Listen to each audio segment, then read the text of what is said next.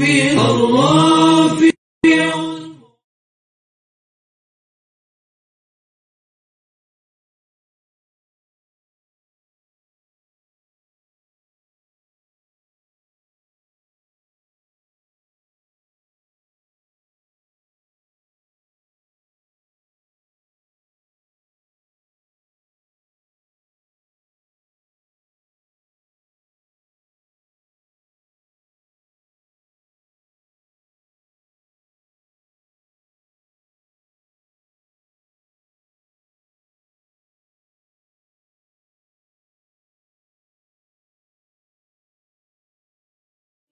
Astaghfirullahalazim. Astaghfirullahalazim. Allahumma salli ala sayyidina Muhammad wa ala sayyidina Muhammad. Allahumma salli ala sayyidina Muhammad wa ala sayyidina Muhammad. Allahumma salli ala sayyidina Muhammad wa ala sayyidina Muhammad. Assalamualaikum warahmatullahi wabarakatuh. Bismillah walhamdulillah wassalatu wassalamu ala sayyidina Rasulillah sallallahu alaihi wa ala alihi wa man tabi'ahu wa nasarahu wa walah wa ba'. Rabbi syrah lana sudurana wa yassir lana umurana wa hlul 'uqdatan min alsinatina yafqahu aqwalana. Allahumma alimna ma yanfa'una wa zidna ilma. Allahumma la sahla illa ma ja'altahu sahla wa anta taj'alul hazna idza syi'ta sahla. Ya mu'allima Daud 'allimna wa ya mufahhima Sulaiman fahimna. Muslimin muslimat sekalian, apa khabar semua? Mudah-mudahan dalam keadaan sihat sejahtera. Hendaknya sibuk dengan tugasan masing-masing. Di pagi seumpama ini mungkin ada yang bekerja dan ada juga yang bercuti. Baik, sebelum kita teruskan pengajian kita pada muka surat 89, kita akan sentuh berkenaan intisari hadis yang telah kita kupas semalam. Jadi sebelum itu saya nak umumkan satu perkara, iaitu berkenaan dengan teka-teki ataupun macam soalan lah, soalan. Siapa boleh jawab, ada hadiahnya. Jadi soalannya berbentuk macam ni. Semalam kita belajar berkenaan dengan baby yang boleh bercakap ketika masih kecil lagi. Baby boleh bercakap lah. Baby boleh bercakap ketika dalam buayan, ketika usia masih kecil yang tak boleh bercakap sepatutnya. Jadi salah satunya kita sebut semalam kisah itu. Kisah seorang ibu yang sedang menggendong babynya bila ditangkap oleh tentera raja yang zalim itu. Kalau dia tidak kembali balik ke ajaran asal, dia akan dicampak dalam parit yang berapi. Lalu ibu tadi rasa bersalah ni. Bukan masalah apa, takut dia kesian kat baby dia itu yang masih kecil lagi. Tiba-tiba baby itu bercakap, bersabarlah mak, kita dalam kebenaran. Mana siru ala barakatillah. Maka teruskanlah, tak apalah mati pun. Tu baby itu boleh cakap. Jadi soalannya ialah, sebutkan lagi beberapa orang baby yang lain yang boleh bercakap ketika masih kecil ini. Sebutkan. Dia adalah banyak juga dalam sejarah Islam ini. Dia ada yang sahih, ada yang dipertikaikan sanadnya.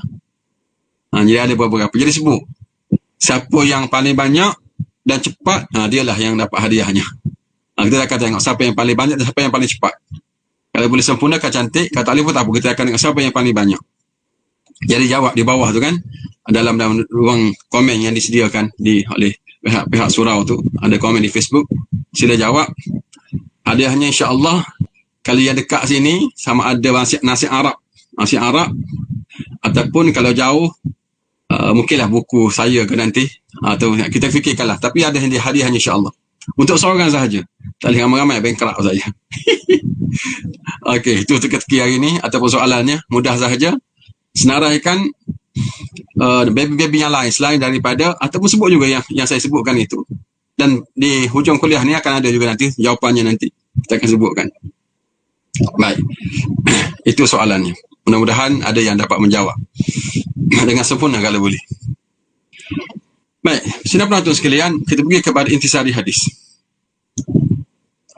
Suhaib radhiyallahu ta'ala anhu meriwayatkan hadis ini daripada Nabi Muhammad SAW yang bercerita tentang seorang raja. Menurut pendapat ulama, raja ini merupakan daripada kalangan bangsa Yahudi Bani Israel yang kafir. Iaitu bangsa Yahudi yang hendak membunuh Nabi Isa AS. Nabi Isa AS akhirnya diselamatkan oleh Allah Subhanahu Wa Taala dengan diangkat ke langit, sebagaimana yang diceritakan oleh Al-Quran. Raja Yahudi ini memerintah Najran, iaitu negeri di Yaman yang berada di antara sempadan Yaman dengan Arab Saudi. Dia mengaku dirinya menjadi Tuhan dan mempunyai seorang ahli sihir. Hal ini menunjukkan ilmu sihir menjadi ilmu yang dibanggakan pada zaman dahulu. Okay, dua benda besar di sini. Satu, mengaku jadi Tuhan. Yang sejahat-jahat syaitan ni, dia tak mengaku jadi Tuhan. Dia tahu Tuhan sebenar tu siapa. Sejahat-jahat iblis ni, dia tak mengaku dia jadi Tuhan. Dia tipu orang kalau dia nak goda orang pun. Dia tahu Tuhan sebenar ni siapa. Tapi manusia jenis macam ni lebih jahat daripada iblis, lebih jahat daripada syaitan. Mengaku diri sendiri jadi Tuhan. Yang keduanya, pasal ilmu sihir. Ilmu yang menyesatkan, ilmu yang menyusahkan orang dan menggunakan syaitan ini boleh menjadi syirik. Siapa yang mengamalkan ilmu ini? Jadi kalangan kita, orang Melayu, orang Jawa sendiri pun, jangan kita terlibat dengan ilmu-ilmu yang seumpama ini. Ilmu-ilmu sihir, ilmu-ilmu yang menggunakan jin, menggunakan syaitan. Terlalu banyak ilmu-ilmu yang Islam ataupun yang baik-baik, tanpa menggunakan jin, menggunakan syaitan, menggunakan penunggu, black magic dan seumpamanya. Jadi kita kena tinggalkan, walaupun kita lakukan ataupun keturunan kita mempunyai ilmu seumpama ini, maka kita kena tinggalkan dia. Bertakwalah kepada Allah Subhanahu Wa Taala, kerana boleh menyusahkan kita nanti. Sekarang ni tak apalah, tapi bila nak mati, masalah kita. Dalam kubur susah, akhirat nanti susah kita. Bila kita berdamping, bila kita bersama dengan syaitan, bersama dengan jin yang menjadi pendamping kita.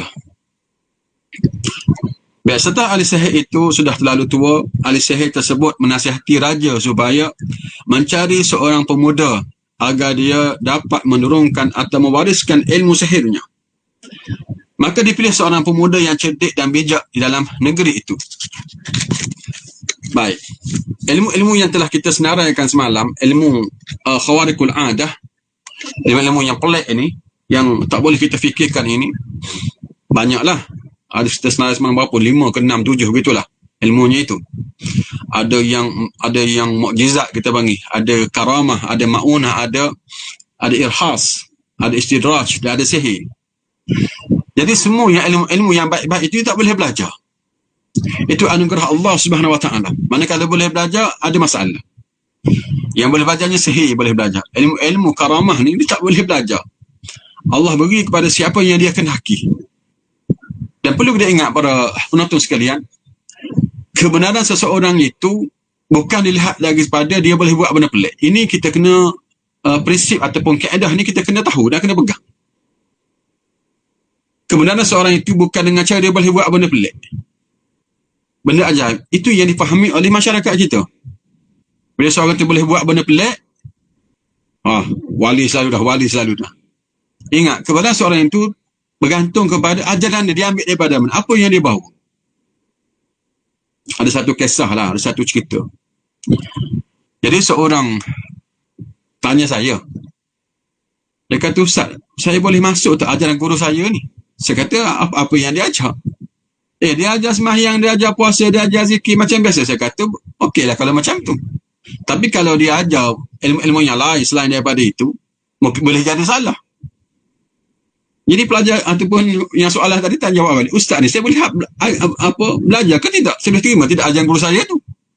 Betul ke salah? Dia kata, saya tidak tahu. Ustaz telah selesai masalah saya kalau macam tu.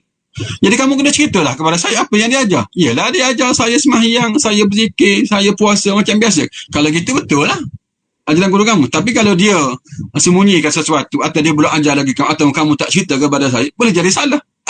Ustaz ni betul ke salah? Saya boleh ambil ke tidak? Saya kata, saya mana tahu. Ustaz tak selesai masalah saya. Saya kata, saya mana tahu. Kamu kena ceritalah apa yang dia ajar. Yelah, saya sudah sebut tadi. Kalau begitu betul. Tapi kalau di sana ada benda-benda lain yang dia belajar kamu, boleh jadi salah. Dia confuse, saya pun confuse. Sama-sama confuse. Tak boleh selesai masalah. Akhirnya saya kata macam ni lah. Cerita pasal guru kau. Dia pun cerita, guru saya hebat lah ustaz, guru saya hebat. Saya balik kampung saya, tempat saya tu, jumpa guru saya, dia tahu saya buat apa tengah jalan. Dia tahu. Saya makan apa, ke saya balik dengan apa, dia tahu. Saya pun kata, itu bukan bukti kebenaran guru kau. Bukan bukti. Dia kata, kenapa pula tidak tu karamah? Saya kata, bukan. Betul lah, kalau karamah kita tak tahu lagi. Magic boleh jadi. Jadi perkara gaib ni, dia ada gaib nisbi, gaib mutlak. Gaib mutlak tak ada siapa yang boleh tahu. Gaib nisbi kita boleh tahu. Contoh gaib mutlak ni, yang esok gaib mutlak. Kiamat bila gaib mutlak. Mati bila gaib mutlak. Hanya Allah saja yang tahu. Itu gaib mutlak dia bagi. Tapi gaib nisbi, yang telah berlalu, kita boleh tahu. Yang semalam berlaku. Kan itu gaib nisbi, sudah berlaku. Sekarang ni yang berlaku di Amerika. Yang berlaku di Palestin. Gaib nisbi kita tidak tahu. Tapi orang sana boleh tahu. Dan kita boleh tahu sama ada dengan telefon ke, kita tengok berita, kita boleh tahu secepat. Dan salah satu lagi, kita boleh guna jin. Siapa yang bersahabat dengan jin, kita boleh tanya jin, dia apa? Dia tengok sekejap, apa dia buat apa. Ya, sebab tu dia orang ni boleh tahu. Benda-benda yang nisbi lah. Bukan yang mutlak. Mutlak tak ada siapa yang tahu. Jadi cerita pasal guru kau pasal lain. Selain pada benda-benda yang pelik. Benda pelik itu bukan bukti. Kalau setakat tu ramai wali, David Kafafi boleh buat benda pelik. Ahli-ahli silap mata boleh buat benda pelik. Pertukaran sihir boleh buat benda pelik. Ramai wali kalau macam tu. Ni setiap benda pelik yang dibuat oleh orang bukan bukti kebenaran dia. Jadi kalau dia buat benda yang ataupun dia dah benar ajaran dan tambah, itu alhamdulillah, insya-Allah lah. Itu tambahan lah kalau betul sungguh. Dia buat ajaran yang betul, melandaskan Quran sunnah sungguh, alim ulama berdasarkan alim ulama sungguh. Kemudian ada pula benda pelik, insya-Allah lah karamah sungguh. Tapi sekarang ni benda pelik itu bukan bukti kebenaran dia. Itu kita kena faham. Saya kata cerita lain. Dia kata ada benda pelik satu ustaz. Apa benda? Dia suka tikam ekor, dia kata. Dia suka tikam ekor. Ni saya nak tahu sangat ni. Kau pernah tanya dia, kenapa dia tikam ekor? Tanya. Apa dia jawab? Dia kata, apa yang aku ajar kamu kena terima sebab aku ni guru kamu. Kamu kena setia kepada aku sebab aku ni guru kamu. Apa yang aku buat, kamu tak boleh masuk campur. Dia kata, kamu tak boleh masuk campur. Ini aku dengan Tuhan. Lagipun Allah jadikan semua benda ni untuk kita manusia. Jadi senang nak jadi kaya, tikam ekor. Dia kata sesak kalau macam tu. Mana boleh? Seorang guru yang mursyid, seorang guru yang bertaraf katanya wali, tikam ekor. Mana boleh macam tu? Sebab tu tadi, perkara pelik yang dibuat oleh seseorang itu bukan bukti kebenaran. Dan banyak cerita-cerita lain lah. Nanti akan datang kita akan cerita. Bukan yang satu pengalaman pertama lah. Banyak kali lagi. Banyak benda lah. Banyak contoh lagi. Benda pelik sikit, wali selalu. Tidak. Jangan kita terperangkap. Sanggup habis duit, sanggup bergadai apa-apa untuk beri kepada wali. Baik. Pergi lagi. Raja menanggung perbelanjaan pemuda tersebut untuk mempelajari ilmu sihir. Jika dibandingkan dengan zaman kini, maka kita ada ilmu lain seperti ilmu sains dan teknologi serta pelbagai lagi ilmu yang lain. Sekiranya kerajaan atau pemerintah memberikan beasiswa, hal tersebut sudah tentu menjadi kebanggaan pada zaman ini. Ini pasal membantu pelajar. Zaman dulu pun ada dah, zaman dulu ni. Beasiswa ni, bantu pelajar untuk belajar. Cuma zaman dulunya, glamour dengan sihir. Maka diberi beasiswa untuk belajar sihir, belajar magic. Sekarang ni tak adalah. Ni, kita ada ilmu sains, belajar di sekolah asrama, belajar semua akademik lah. Sama ada agama ataupun yang bukan agama untuk keagamaan. Jadi itu betul lah tu. Biar beri beasiswa untuk belajar. Baik. Tiba-tiba pemuda yang diberi dengan beasiswa oleh kerajaan ini bertemu dengan seorang rahib, iaitu pendeta yang berpegang dengan ajaran Nabi Isa AS. Ajaran ini merupakan ajaran Injil yang sebenar. Rahib ini terpaksa beribadah secara uzlah, mengasingkan diri di bukit yang jauh daripada orang ramai. Rahib ini melakukan ibadah secara bersembunyi. Orang tua di tempat kita mengelarkannya sebagai bertapa. Akan tetapi sekiranya bertapa untuk bertemu dengan jin, itulah satu perbuatan yang tidak benar. Jadi pendeta ini oleh kerana raja di tempatnya itu yang zalim, tak boleh ada agama lain, tak boleh ada sembahan yang lain selain pada dia. Maka dia akan bunuh ataupun dia akan seksa. Maka pendeta ini, rahib ini telah mengasihkan dirinya untuk beramal ibadah. Jadi bolehkah kita buat perkara yang sama? Confirm tak bolehnya kalau pergi mengasingkan diri untuk bertemu dengan jin, untuk bertapa, kerana mencari apa?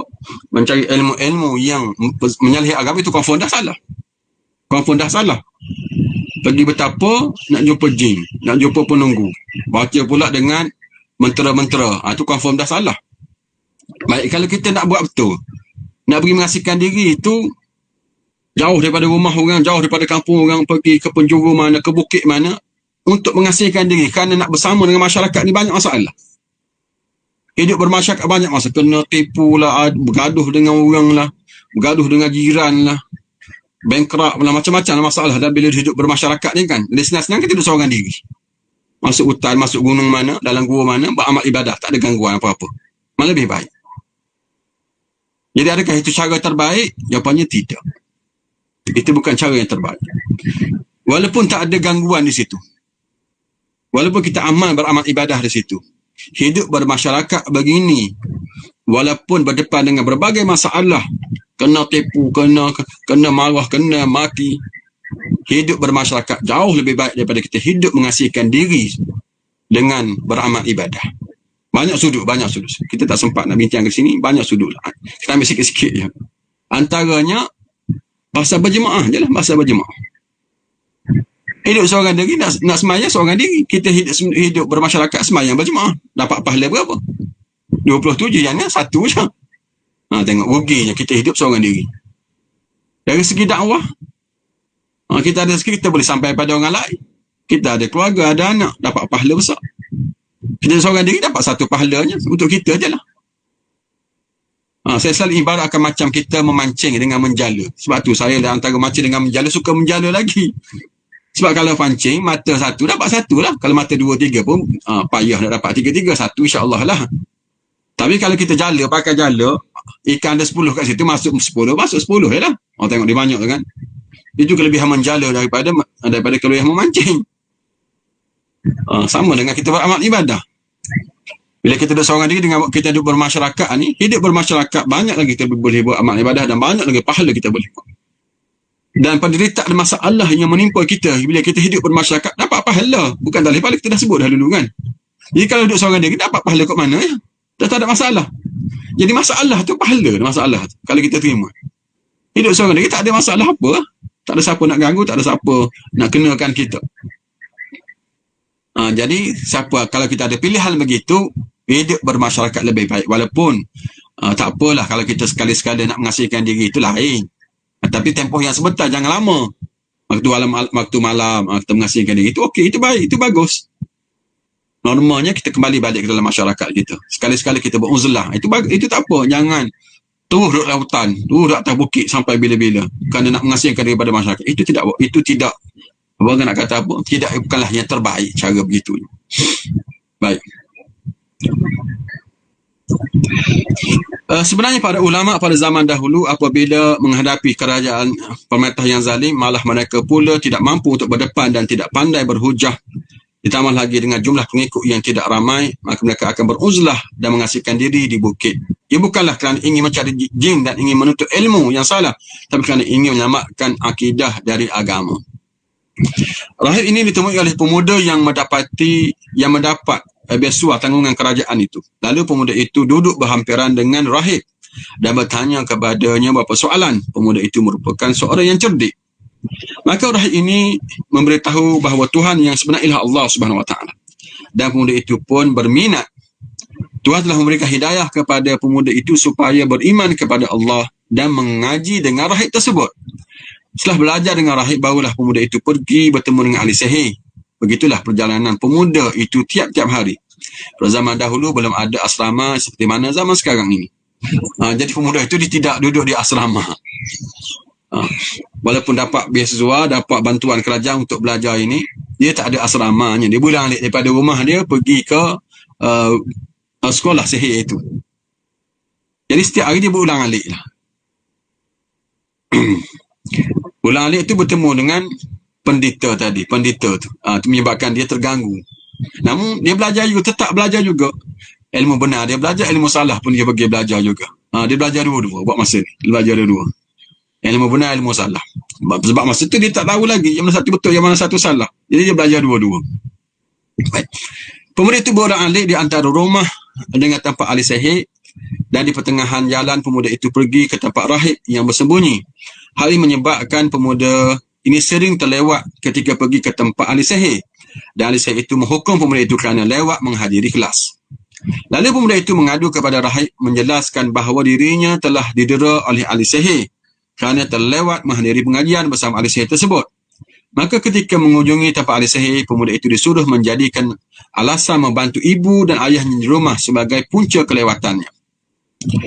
Jadi apabila datang lewat, sampai lewat ke tempat ahli sihir marahlah. Jadi waktu dia, ada jadual dia. Kelasnya ada jadual juga. Zaman dulu pemana ada jadual juga. Teratur juga tu.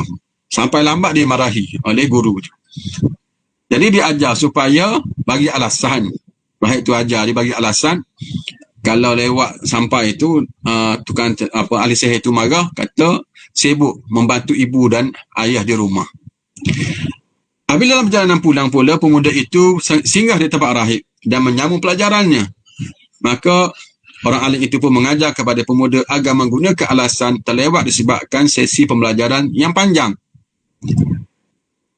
Jadi bila balik ke rumah pula lambat juga sebab berhenti dulu. Belajar dulu dengan rahib tadi. Sekarang alasannya ilmu-ilmu yang dipelajari dengan LSA itu panjang pula, lamanya belajar. Padahal sebenarnya duduk belajar ilmu dengan rahib tadi, dengan pendeta. Jadi ada dua masalah. Sampai ke tempat ilmu sihir lambat, balik ke rumah pun lambat. Baik.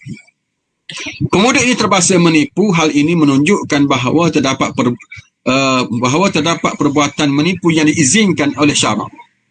Mungkin ada sebahagian orang berkata, bagaimana boleh belajar dengan duit kerajaan, duit pemerintah, tetapi pada masa yang sama menentang ataupun menentang pemerintah. Baik, perkara ini mempunyai kisahnya. Belajar dengan tanggungan daripada pihak pemerintah, tapi menentang pemerintah pula disebabkan pemerintah tidak mengikut Islam. Sesungguhnya Allah Subhanahu Wa Taala lebih berkuasa daripada pemerintah. Jadi kita wajib mengikut Allah Subhanahu Wa Taala. Jadi timbul tanda tanya, bagaimana seorang pemuda tadi dia boleh lari daripada tujuan asalnya. Jadi pihak raja dia bagi duit itu supaya belajar sihir. Tapi kenapa pergi belajar ilmu lain? Jadi kebenaran itu kita tetap pilih kebenaran di mana sahaja berada. Kebatilan ditinggalkan, dijauhi kebatilan itu. Kebenaran tetap kita kena ambil, kena pilih di mana sahaja dia berada. Dan menipu ni pula, pembohongan ini pula dalam bahasa yang lebih baik lah. Bahasa dulu kita panggil helah, buat helah. Bahasa syarak kita panggil juga, dipanggil tauriyatul kalam. Kita buat helah. Buat helah supaya kita selamat daripada mara bahaya ataupun selamat daripada pertembungan ataupun perbalahan. Kita boleh guna helah. Kita dah sebut dalam kuliah-kuliah yang lalu, boleh jadi. Ataupun kita bila kita dengar ustaz-ustaz duk mengajar kisah apa, macam kisah hijrah Nabi, kisah perang Badar, itu berlaku tauriyatul kalam di sana. Contohnya apa? Contoh dalam peristiwa hijrah ni, ketika Nabi nak berangkat ke Madinah daripada Mekah tu, bersama dengan Abu Bakar dan bersama dengan penunjuk jalan Allah bin Uraikid tu, bertemu dengan seorang pemuda. Jadi pemuda ni kenal Abu Bakar tapi tak kenal Nabi. Jadi pemuda tu tanya nak pergi ke mana ni, awak ni siapa dia ni? Jadi kalau sebut Nabi Muhammad, pecahlah rahsia. Apa Abu Bakar jawab? Tengok cara Abu Bakar jawab. Dia kata, haza rajulun yahdini tariq. Dia kata, ini seseorang yang menjadi penunjuk jalan untukku. Penunjuk jalan. Jadi kawan tu fahamnya Abu Bakar nak pergi ke mana-mana, dia penunjuk jalannya. Tapi maksud Abu Bakar penunjuk jalan yang lurus Nabi lah tu. Penunjuk jalan yang lurus Nabi lah maksudnya. Dia tak tipu, dia cakap betul, cuma dia guna helahnya. Jadi kita boleh menggunakan helah itu untuk menyelamatkan keadaan kita, kalau boleh lah. Ataupun nak menipu betul pun tak apa, kalau betul-betul kita dalam keadaan masalah. Dibenarkan dalam situasi yang tertentu, bukan semua keadaan. Contohnya kita nak supaya lebih faham bahawa menipu ni boleh. Contohnya, seorang nak bunuh diri. Seorang tu nak bunuh diri. Sekarang nak bunuh diri. Dia kata, kenapa kau nak bunuh diri? Sebab kekasih aku itu, dia dah benci aku, tak cintakan aku. Aku nak bunuh diri, dia kata. Jadi ketika itu, tengok kan terdesak ketika itu. Jadi macam mana kalau aku bagi tahu kau yang dia ni cinta juga kepada kau akan bunuh. Aku tak jadilah bunuh dia. Kita pun telefon. Nanti bagi nombor telefon dia. Dia pun bagi nombor telefon, kita telefon sekejap. Kita tipu je pun. Kalau kita tanya dia betul, nanti dia kata tak cinta pula. Kita kata, ni aku telefon ni. Dia kata okey je. Jangan bunuh diri. Mungkin boleh ada jalan untuk selamat. Dah kita tipu, dia pun tak jadi bunuh diri kan. Itu satu contoh lah. Mana ada ruang-ruang tertentu ni kita boleh menipu, boleh berbang. Ada ruang tertentu. Hukum asal tak boleh lah. Tapi dalam situasi yang darurat yang tertentu, kita boleh sahaja. Dan kerana situasi biasa boleh kita gunakan hailah tadi, atau boleh panggil tauratul kalam. Ni sedikit perbahasannya lah, nak faham lagi kena bahaskan pada tempatnya. Baik. Tuhan telah memberikan hidayah kepada pemuda itu. Begitulah keadaan pemuda ini berulang-alik walaupun mendapat beasiswa pemerintah. Akhirnya Tuhan ingin menunjukkan kekuasaannya. Pada suatu hari pemuda ini melihat orang ramai di tengah-tengah jalan. Lalu pemuda itu bertanya mengenai keadaan tersebut. Rupa-rupanya ada seekor binatang berada di tengah-tengah jalan dan orang ramai tidak berani untuk melalui jalan tersebut. Kita dah sebut dah semalam berkenaan dengan gangguan yang wujud di tengah jalan orang ramai. Ada seekor binatang mengganggu mereka. Binatang ini tidak disebutkan namanya dalam hadis dan terdapat khilaf sama ulama. Ada ulama yang mengatakan binatang itu ialah singa. Ada juga ulama yang mengatakan binatang itu ialah ular yang besar. Syekh Ali Sabuni dalam syarah hadis mengatakan bahawa binatang besar itu ialah binatang yang naik daripada laut.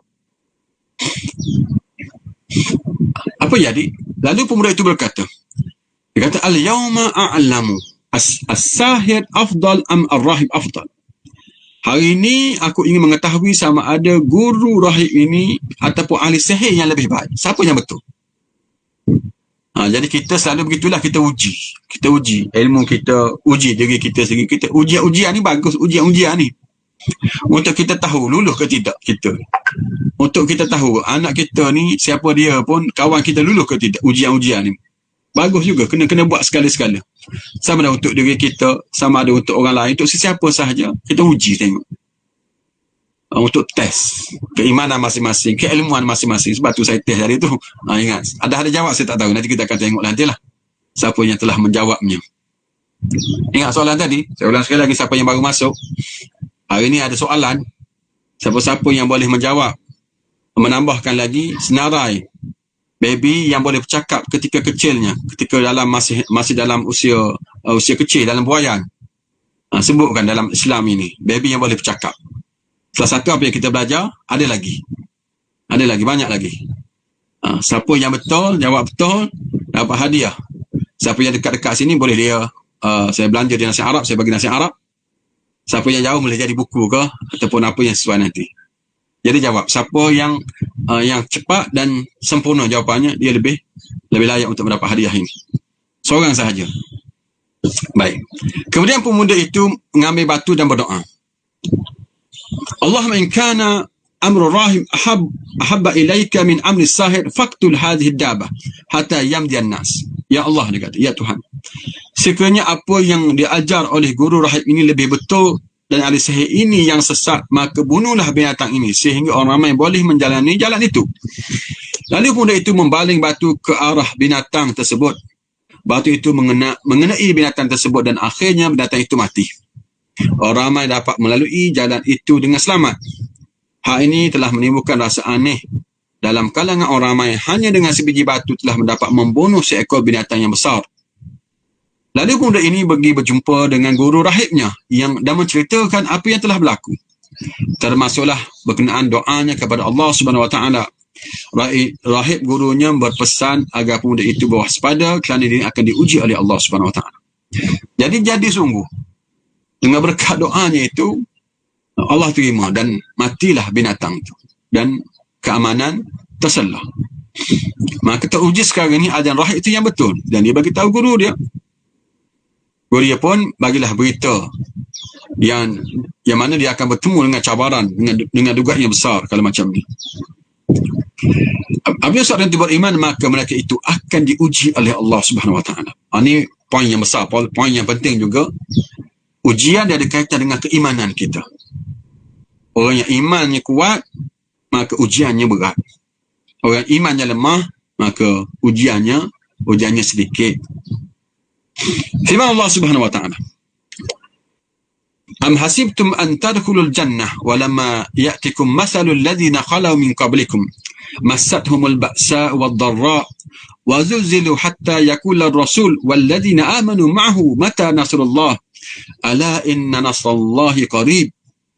Adakah kalian menyangka bahawa boleh masuk syurga dengan percuma? Belum lagi datang kepada kalian ujian-ujian yang dialami oleh umat-umat mengikut Nabi yang terdahulu. Apabila mereka beriman, mereka telah diseksa, digoncang iman mereka dengan goncongan yang dahsyat.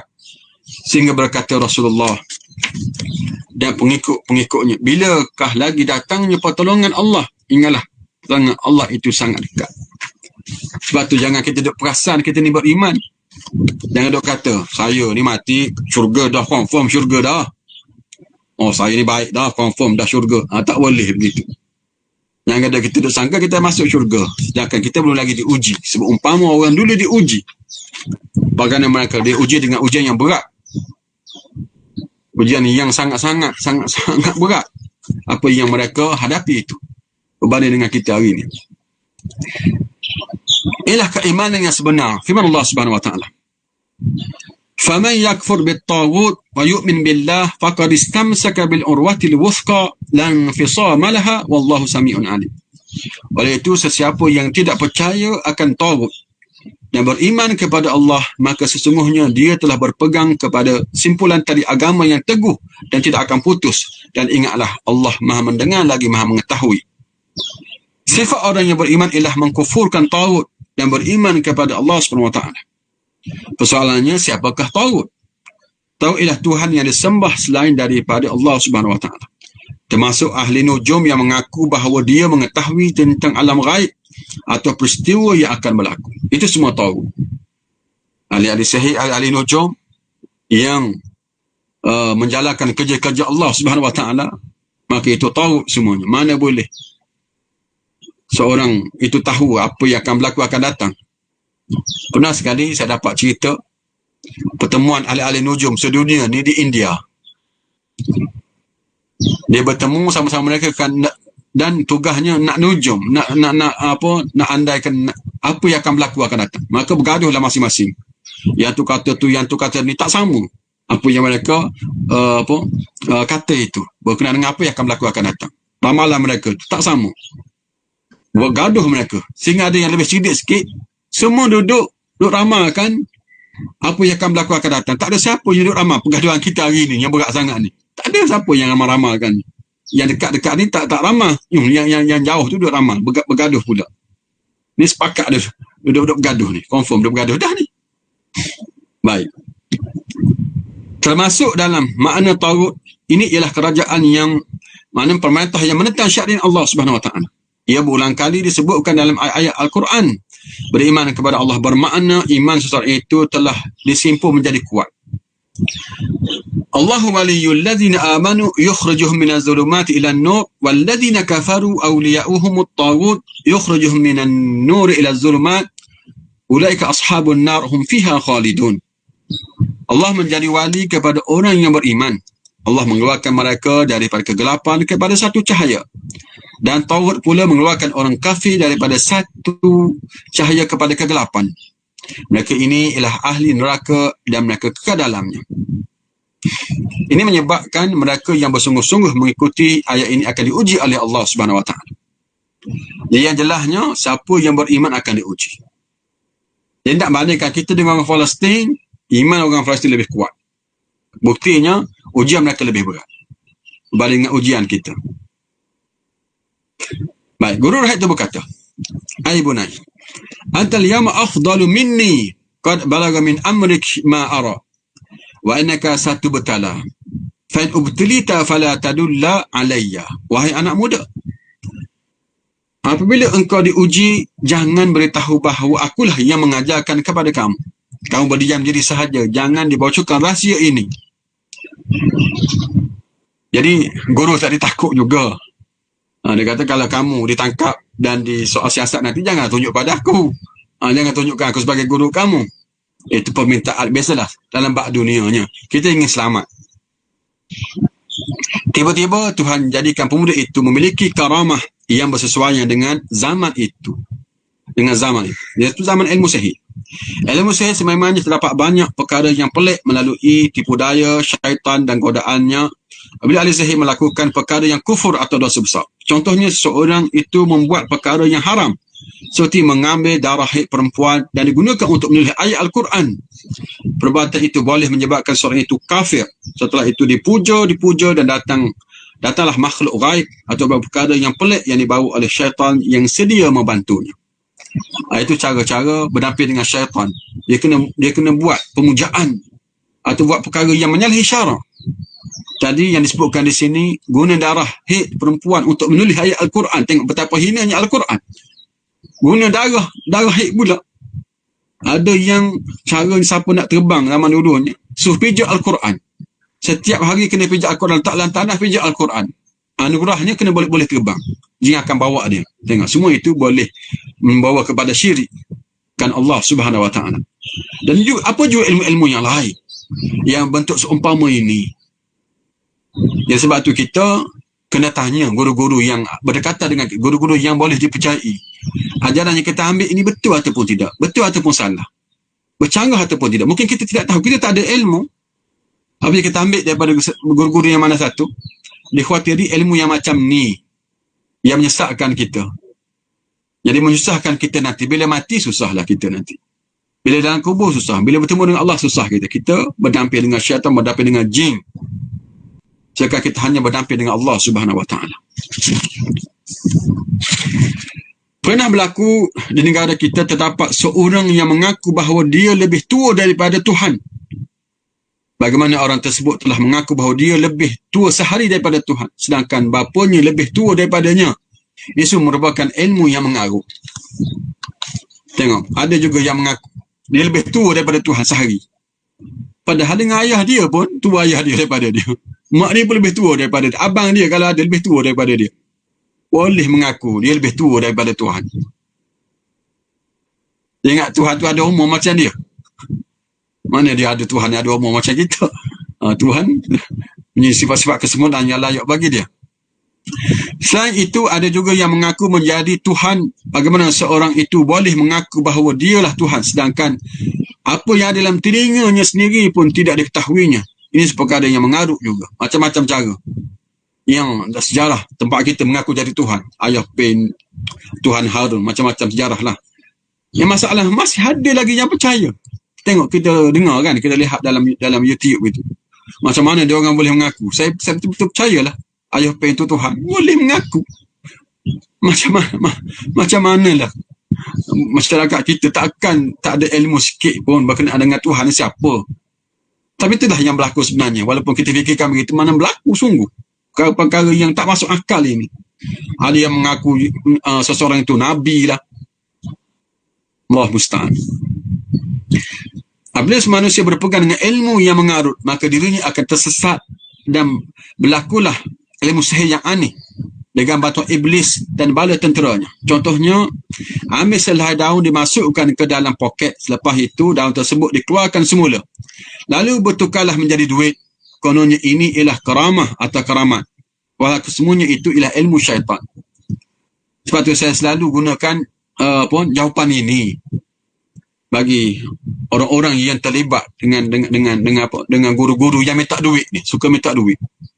Katanya wali minta duitnya 7,000 daripada muridnya. Setiap bulan gaji anak murid itu kena bagi kat guru dia. 7,000 bukannya sikit. Sebab tu dia orang ni kaya-kaya. Yang ajaran yang salah ni lah. Yang betul tu banyak lah. Ajaran yang salah. Kaya-kaya guru-guru mereka tu. Dia tawan katanya. Sebab anak murid dia berkorban diri untuk beri kepada guru. Jadi saya kata, tak payahlah minta dengan murid sebabkan dia wali. Dan tahap wali, jampilah daun kayu tu jadi duit.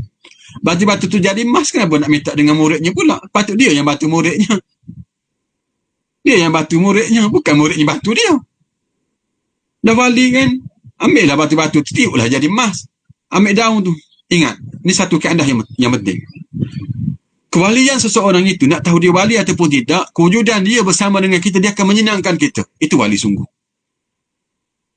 Kewujudan dia bersama dengan kita, dia menyenangkan kita, bukan menyusahkan kita. Jadi wali-wali kan, dia hanya berdamping dengan Allah. Hidup dia bersama dengan kita, dia akan membantu kita, menyenangkan kita. Bukan kita bantu dia. Bukan kita duduk suak dia. Bukan kita duduk habis duit kepada dia. Itu bukan, itu wali syaitan. Dia perlu ingat kaedah ini. Hidup dia bersama dengan kita, kita hidup bersama dengan dia, dia membantu menyenangkan kita, bukan menyusahkan kita. Sampai minta duit dengan jumlah yang banyak, sampai suruh korbankan isteri. Mana berlaku korbankan isteri untuk gurunya. Ini berlaku juga dalam di tempat kita. Sampai ke tahap itu menyusahkan kita. Macam mana kita boleh percaya, mana kita boleh ikut. Tapi itulah yang berlaku dalam masyarakat kita. Lalu Allah Subhanahu Wa Taala menjadikan mereka yang beriman ini dengan karamah, iaitu untuk melawan ilmu sihir. Sememangnya ketika Islam mula masuk ke alam Melayu, terdapat banyak amalan ilmu sihir yang bagi menggalakkan, terdapat banyak amalan ilmu sihir bagi mengalahkannya seperti mukjizat para rasul. Oleh sebab itu Tuhan menjadikan para ulama pada waktu ketika itu dengan sebilangan karamah untuk mengalahkan amal-amalan sihir ini. Baik. Nabi-nabi dia ada mukjizat untuk berdepan dengan sihir-sihir. Jadi di alam lain pun berlaku perkara yang sama. Di masyarakat kita, masyarakat Jawa, masyarakat Bugis, masyarakat macam-macam masyarakat lah di alam Melayu ini menggunakan ilmu-ilmu semacam ini juga. Jadi atas dasar itu Allah izinkan karamah ni berlaku kepada alim ulama. Dan memangnya tak ada masalah. Cuma kebenaran itu kena utamakan dulu, kita kena tahu dulu. Jadi kalau berlaku karamah tu, insya-Allah sungguhlah ajaran dia betul, dapat karamah. Mai wali sungguhlah mereka ni. Yang saya kata tadi, tak tengok ajaran tu lagi, tengok benda pelik. Itu yang tak bolehnya. Itu belum tentu karamah. Dia kena ajarannya betul, dapat ilmu, dapat apa karamah. Itu insya-Allah tu karamah sungguhlah. Dapat benda pelik itu. Maka dalam kisah tersebut Allah Subhanahu Wa Taala menguatkan pemuda itu dengan karamah.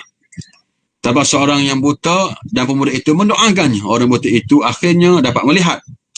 Terdapat orang yang mengidap sakit sopak selepas didoakan oleh pemuda ini. Sakit kulit orang itu sembuh. Jika terdapat sakit yang tidak dapat diubati, pasti sembuh penyakit itu dengan doa pemuda tersebut. Itu karamah yang dimiliki oleh pemuda ini. Jadi kita dalam berubat ni, kita ada dua cara. Doa dan juga bahan. Saya tak reti lah, saya dengar orang duduk mengajar. Saya bukan reti. Saya dengar orang duduk mengajar. Kita ada dua cara. Jadi bahan dan juga doa. Kita kena dua-dua sekali kita boleh gunakan. Jadi kalau orang yang tak ada agama, dia guna bahan saja. Telan penado, tak ada doa. Kita kena guna dua-dua sekali. Kita baca doa, telan penadol. Baca doa, telan ubat batuk. Yang menyembuhkan Allah. Sebab musababnya ubat batuk. Itu cara kita. Kita tak apalah, tak payah apa guna ubat batuk. Apa guna penadol? Apa guna kita suntik vaksin? Dah yang menyembuhkan Allah. Tak boleh. Bagaimana kita hidup atas muka bumi sebab musabab, kita kena buat. Itu perintah Allah. Sama dengan makan yang mengenyangkan kita ni, Allah. Tapi kita kena makan. Kena makan dan nak kenyang. Kena apa? Kena telan ubat lah nak sihat. Tapi yang menyihatkan ialah Allah. Itu kita kena faham. Sebab setengah orang kita ni faham, dan Allah yang menyembuhkan, apa guna ubatnya? Ubat tak ada kaitan. Tak ada bekas ubat itu. Yang menyemberi bekasnya Allah Subhanahu Wa Taala. Jadi doa minta dengan dia. Tak boleh. Bagaimana kita hidup atas muka bumi sebab musabab, itulah dia. Kita kena buat juga. Itu sudah menjadi kewajipan kita. Mana doa dan ubat sekali. Maka ramailah orang yang datang berjumpa dengan pemuda itu untuk mendapatkan kesembuhan. Lalu berita ini telah sampai kepada seorang pembesar atau seorang menteri yang buta. Menteri itu datang berjumpa dengan pemuda itu dengan membawa banyak pemberian. Menteri itu mengatakan sekiranya pemuda itu mampu menyembuhkannya, maka akan dihadiahkan seluruh pemberian itu. Sebaliknya pemuda itu memberikan reaksi dengan mengatakan hanya Allah Subhanahu Wa Taala yang mampu menyembuhkan penyakit buta menteri tersebut. Lalu pemuda itu memberikan syarat, seandainya pembesar itu beriman kepada Allah, maka akan didoakan kesembuhannya. Lantas menteri itu beriman kepada Allah Subhanahu Wa Taala. Pemuda itu terus berdoa kepada Allah dan menteri itu pun dapat melihat. Sebab itu menteri tersebut datang menghadap raja. Raja yang terkejut melihat menteri itu seraya bertanya, apakah rahsia kesembuhan matanya? Lantas dijawab, sesungguhnya Tuhan yang menyembuhkan matanya. Jadi itu merasa tercabar mendengar jawapan yang diberikan. Lantas bertanya, siapakah Tuhan selain dirinya?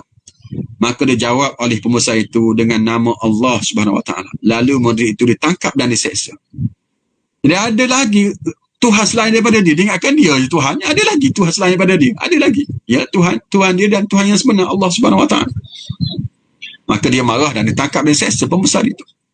Disebabkan tidak tahan dengan seksaan yang dihadapinya, maka menteri itu memberitahu bahawa ada seorang pemuda yang telah menyembuhkannya. Lalu pemuda itu dibawa ke istana. Rupa-rupanya pemuda tersebut ialah orang diberikan beasiswa oleh raja untuk mempelajari ilmu sihir. Rupanya anak didik dia sendiri, orang harapan dia yang akan menggantikan ahli sihir itu pada suatu masa nanti. Mana kita bagi beasiswa, kita bagi duit untuk belajar, tiba-tiba dilawan kita balik. Dia tak mengaku kita ni Tuhan. Marahlah raja ni. Raja itu gembira asal dulu kerana menyangkakan pemuda itu hebat dan berjaya disebabkan kajaannya. Dia memuji pemuda tersebut dengan berkata, peringkat awalnya dia puji dulu sebab tak tahu lagi. Dia kata, ai bunai qad balagha min sihrika ma tubri'ul akmaha wal abras wa taf'al. Wahai anak, engkau telah sampai ilmu sihir yang tinggi sehingga boleh menyembuhkan orang yang buta dan orang yang sopak. Engkau melakukan berbagai perkara yang menakjubkan. Dia puji dululah. Sebab tak tahu lagi ni. Hebatnya. Ingatkan tukang sihir asal tak sehebat ni. Tukang sihir asal, mana anak murid lebih hebat lagi daripada tukang sihir asal. Tapi pun dia terjawab. Dia kata apa? Inilah ashfi ahdan wa innama yashfillah. Aku tidak menyembuhkan seorang. Sesungguhnya yang menyembuhkannya ialah Allah Subhanahu Wa Taala. Disebut yang sebenar penyembuh ialah Allah. Maka pemuda itu pun turut diseksa. Akibat tidak tahan akan seksaan, akhirnya pemuda itu terpaksa memberitahu berkenaan rahib yang menjadi gurunya. Lalu raja memberitahukan supaya pengawalnya menangkap rahib tersebut. Rahib ini diseksa dan diminta supaya murtad. Namun begitu rahib ini tidak murtad dan akhirnya diperintahkan supaya kepala rahib itu digergaji. Lalu digergaji dan diletakkan di atas kepala rahib itu. Rahib itu diugut supaya murtad. Jika tidak, kepala akan dibelah dengan gergaji. Itulah ujian yang dikenakan kepada mereka. Ada satu hadis Nabi. An Mu'adz bin Jabal qala sami'tu Rasulullah sallallahu yaqulu khuzul ata ma dama al-ata fa iza sara rishwatan fi ad-din fala ta'khuzuh walastum bitarikih, sehingga akhirnya.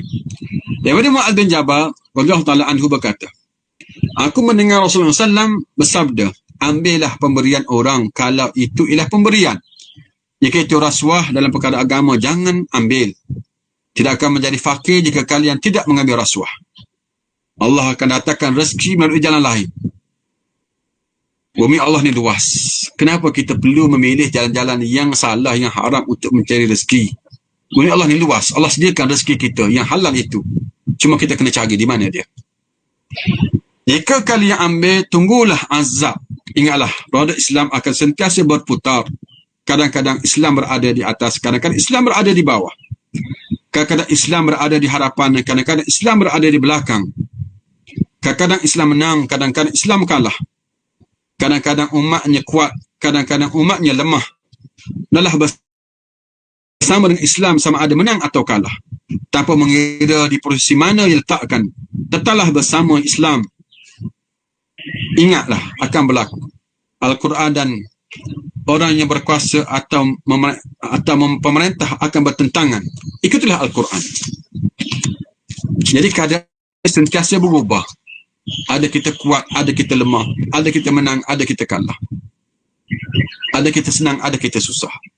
Tapi dengan agama, bersama dengan Islam, bersama dengan alim ulama'nya, di mana sahaja kita berada. Kan itulah kebenarannya. Ini keadaan kita kena tahu. Yang tahu pun adalah alim ulama' yang tahu kebenarannya, bukan kita. Ya Allah kata begitu. Mereka lebih tahu. Sebab itu kita panggil mereka alim, mereka ulama'. Dan mereka yang paling takut ke Allah sebenarnya Allah saksikan begitu. Ini bukan main-main. Innama yakhshallaha min ibadihil ulama'. Allah kata begitu. Orang yang paling takutkan Allah ialah alim ulama'. Sebab apa? Sebab mereka lebih tahu daripada kita. Tahu tentang hak, tentang batil. Tahu tentang azab Allah. Sebab itu mereka takut. Tiba-tiba kita mengutuk mereka, menghina mereka, itu satu perkara yang berat.